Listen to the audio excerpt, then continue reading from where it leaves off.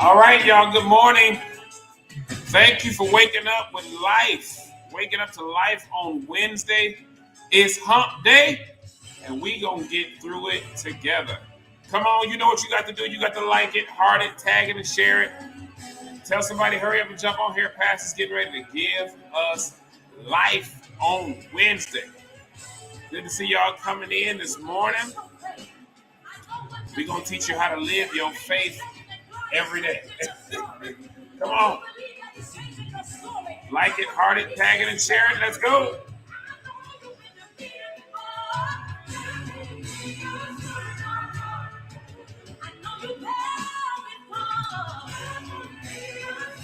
You're waking up to life on Wednesday.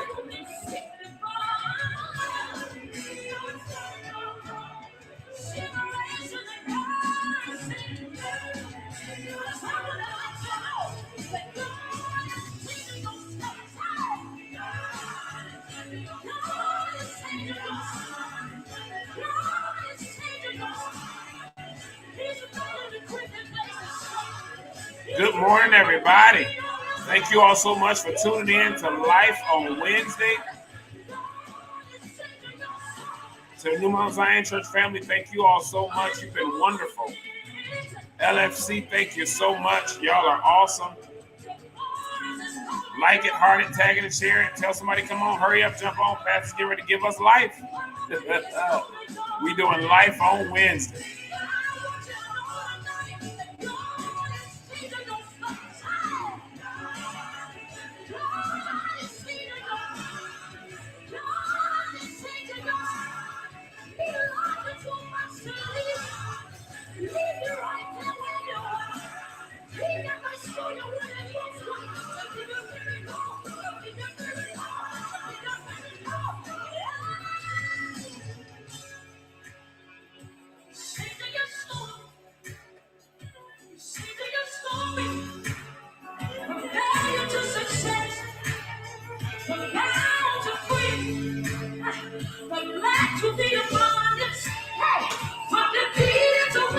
All right, here we go. Come on.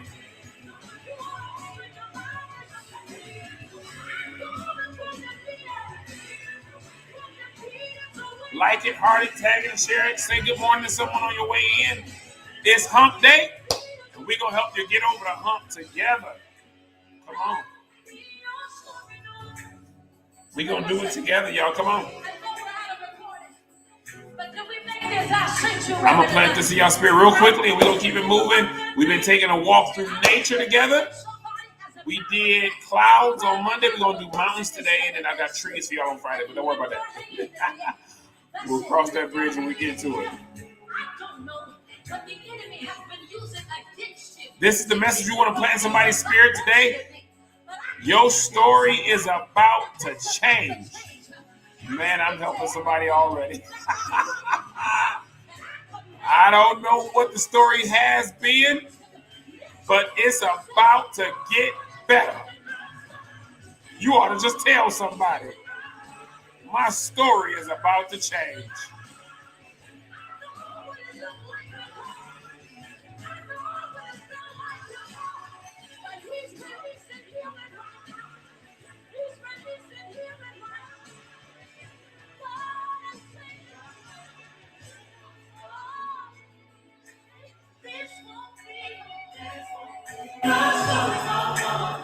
Yeah, all right.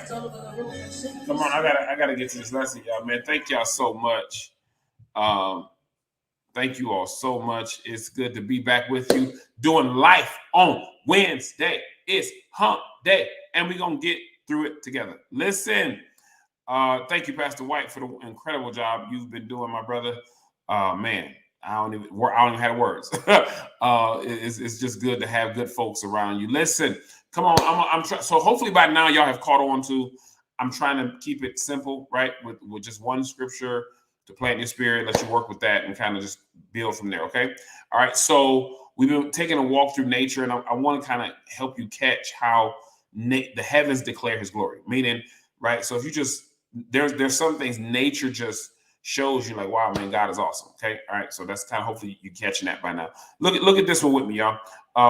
Matthew 17:20. If you have faith the size of a mustard seed, You can speak to yonder mountains. You can speak to mountains and tell them to be removed, and they will. Right? Nothing will be impossible for you. Okay, that I want to use that. I want to give that and plant that in someone's spirit today. Let me give this to you and hope it makes sense. Okay, you have to be you don't get you. I got so much, I don't know where to start. Right, you have to be careful to understand that you don't get mountaintop experiences without valleys. Right, the only way you can get the beauty of the mountains, right, particularly mountaintops, is that there has to be some hewing out. There has to be something removed in order to create mountaintops, right? So mountaintops come from the valley, right there, right? You got it. So they arise from the flatland. I live my family. I'm raising my family in the flat plains, right? We're in the plain region. There's no mountainous terrain around us, right? So there's no mountaintop experiences. We're in the flat plains, right? But that's how you. But next door to us, right, is the Rockies, the Rocky Mountains. Okay, why? And when you go, it's majestic, it's beautiful, right? You're trying to figure out how, right? A couple of things I want you to notice about the mountain is the terrain up there is different than the valley. Okay, so which means you have to pay very close attention to detail on mountaintops, because every step is critical. Man, listen, you cannot be careless in mountaintop experiences. Clark, go slow.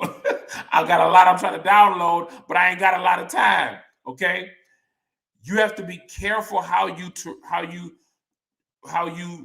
traverse through the terrain of mountains, because the mountaintop, you have to be, every step has to be calculated, because one misstep can be fatal, right? But you don't get the mountain if you don't have valleys. See, what makes you appreciate the mountaintops is the valley experiences, right? So you don't get to go up on the mountaintop if you don't have valley experiences. Also, I came to give y'all Everest today. Okay, let's use Everest. If it's on your bucket list to scale Everest and make it to the summit, right? Okay. But you don't want to live up there. Oh man. If you climb Everest and you're able to go up there and make it to the summit, it'll be a great feat. It's wonderful. You got me? It's awesome. You go up, you make it, and then what you do is you take it all in, right? You rest in that moment. You live in that moment. You got it? Because you have to come back down. So you have the ascension, right? And then you have the reaching, the summit, right? And then you have to begin the descent, right? Every step has to be methodical. You don't want to live in mountain, right? So that's what makes them special, right? Go have some experiences, some mountaintop experiences, but you can't live there. You have to come back down here and live with us. Man, ain't nobody saying that to me. You can't live up there. You got to come back down here and live with us. So there are times in your seasons of celebration, right? We celebrate with you, right? Great mountaintop experiences, but you can't live there. You have to come back down and live with us, right? The mountains are there to elevate and to give you a higher. When you go higher, frequent flyer, right? When you get up to in higher elevations, you tend to get closer, right? You see perspective changes. Clark, your perspective changes. You have a different vantage point, right? When you get up on top of certain mountain peaks, you're able to look down on the tops of trees. Are you walking? So you because certain mountainous regions give you a vantage point where you're starting to see things. So oftentimes in life, beloved, that's what we lack, is a different vantage point. It's perspective. If everyone around you, I am going slow. If everyone around you has only lived in the valley, their commentary is going to be valley commentary. They can only speak to you about what they know, where they've been. You cannot get mad at people when all they can offer you is valley commentary. Everything they know is valley regions. Everything they know, how they eat, where they live, how they live, what they do, where they do it. It's all in the valley. So you can't get mad at them when you're a mountain, when you have mountainous aspirations, when you're a mountainous person, right? You have mountain experiences from time to time, right? You go, you know what it means to be elevated and to go higher, right? You know what that feels like. But you're surrounding yourself with people who have no idea what you're talking about. That's a recipe for frustration. You have to surround yourself with people who, like you, have had mountaintop experiences. They desire to go higher. And if you spend all your time, right, and it goes both ways. It goes both ways. If you dealing with people who live up in the mountaintops, they don't ever come down to the valley. They just stay up there. You will discover very quickly their perspective is a very separated, because they don't ever come down and live out their existence in the valley. Does that make sense? See, what I teach is you have to live life in balance. It can't be one or the other, right? You have to live life in balance. Make sure that you're not surrounding yourself. Don't get frustrated when you're trying to have mountainous conversation with valley people. You can't get mad at these folks. You can't get mad at folks who have no idea how to talk to you about mountaintop experiences and they've never left the valley. Yea, though I walk through the valley. It was never intended for you to stay and live in the valley. That was never God's plan for your life. It was always intended for you to go through it, not, you got me? Okay. You have to be careful with mountainous terrain because every step is critical. He will always put provision in the mountain. Oh my goodness. Come here, Abraham. Save your son alive, right? Look, there's a ram caught in a thicket.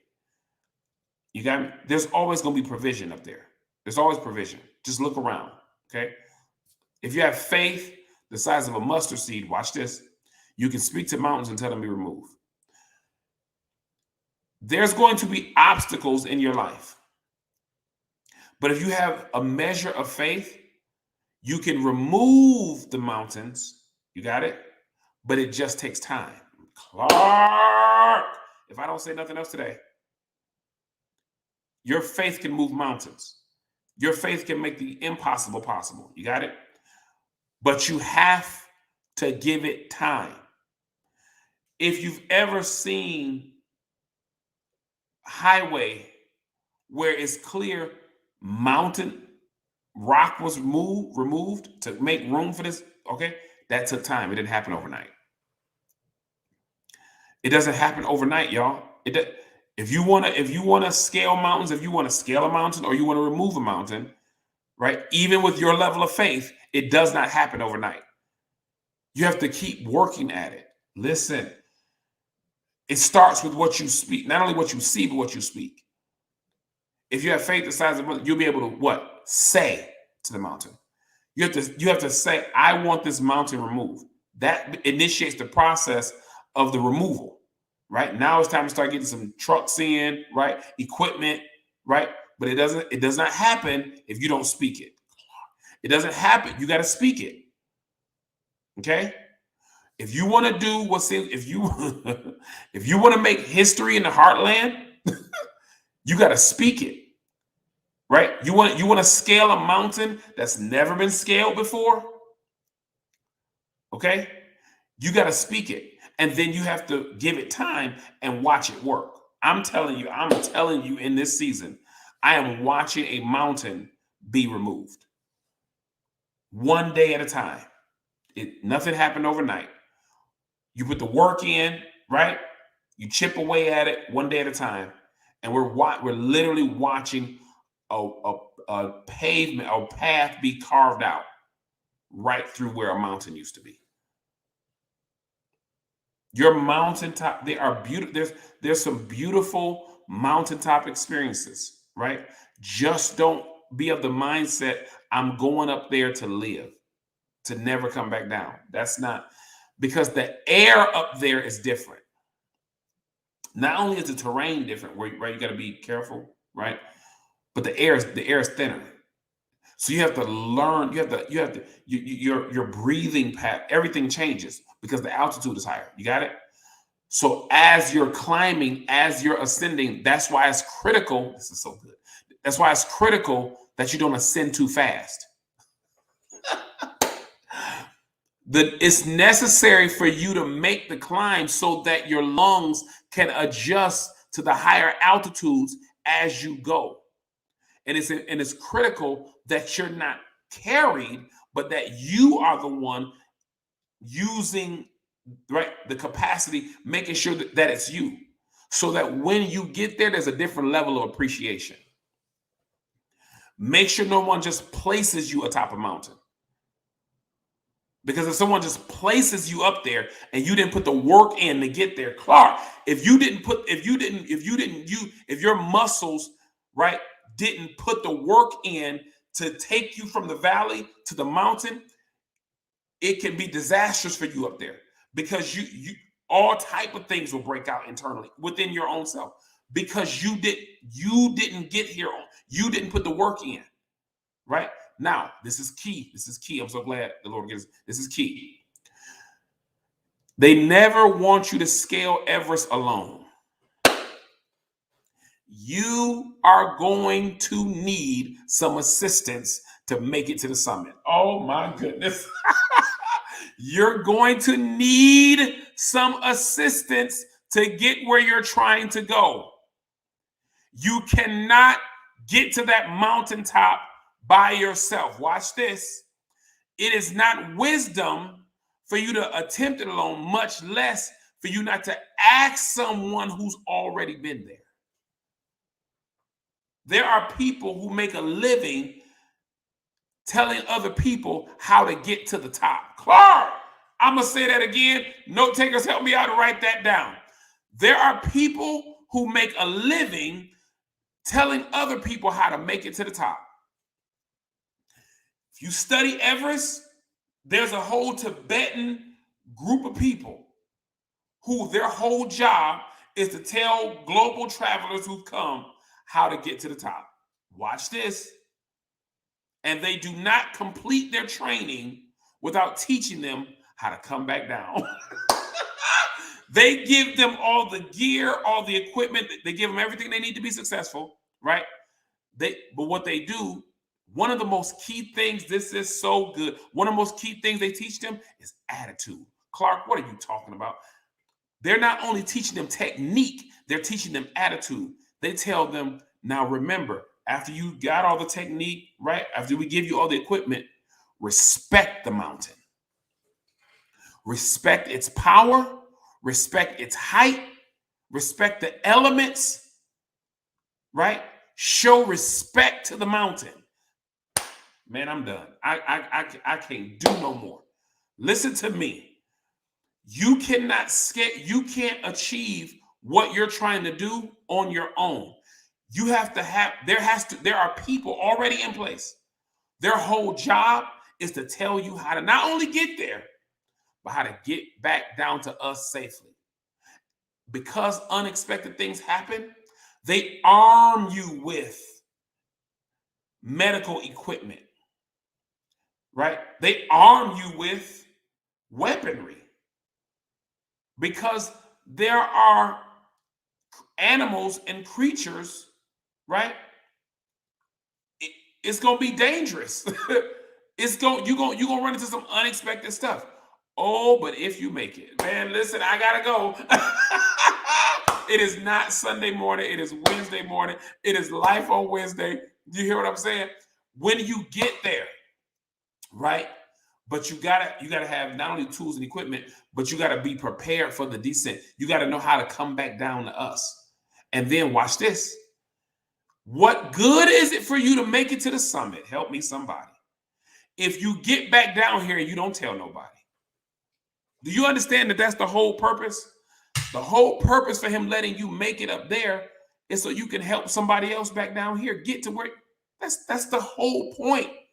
What good is it for you to make it to the summit of the mountain and you don't help nobody else?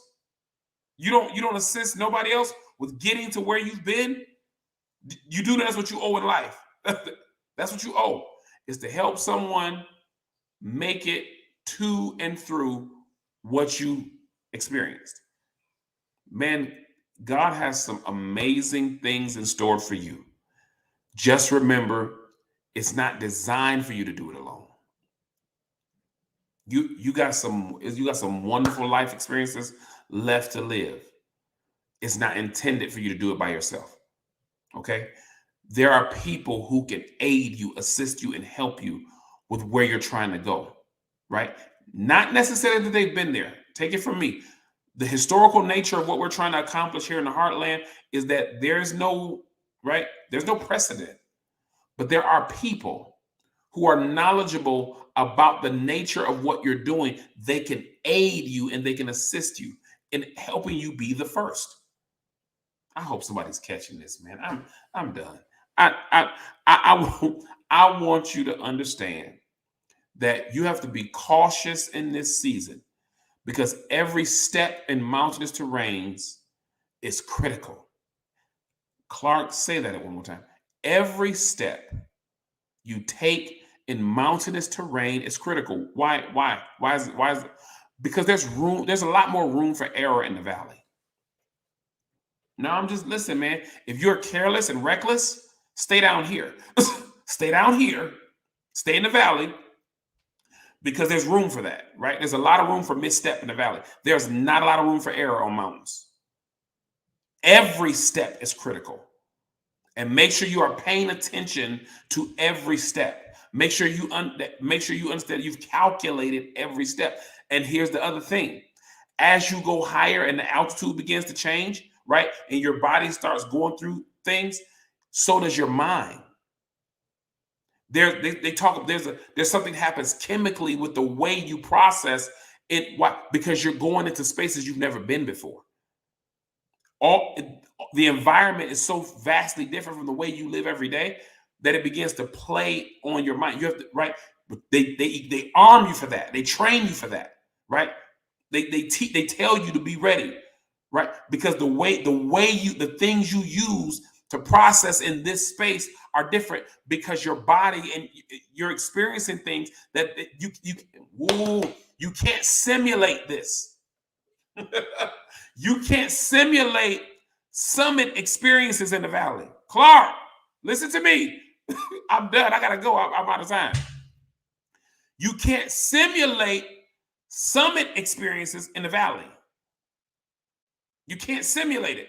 They can't train you. They can tell you, but they can't put you through in the valley what you're gonna go through on the mountaintop. There's no way to simulate that. You have to experience it. And when you experience it, you can come back down and tell others, listen, when you get right, do not have your mountaintop experience not to share it with others. I'm done. Nothing will be impossible for you. With faith the size of a mustard seed, you can speak to every obstacle and tell it to be removed. Nothing's going to be impossible for you with faith. If you live your faith every day, shameless plug. If you live your faith every day, nothing will be impossible for you. Man, listen, we love y'all with the love of the Lord. We got to get out of here. Pastor White will be back with us tomorrow. But make sure as you're scaling your mountain, make sure you're ready and equipped to pass that knowledge on to someone else. Do not scale the mountain so that you can get the glory. But make sure you're scaling mountains so somebody else can be helped by what you've experienced. Man, we love y'all. We'll check on y'all later. Y'all be good. Peace.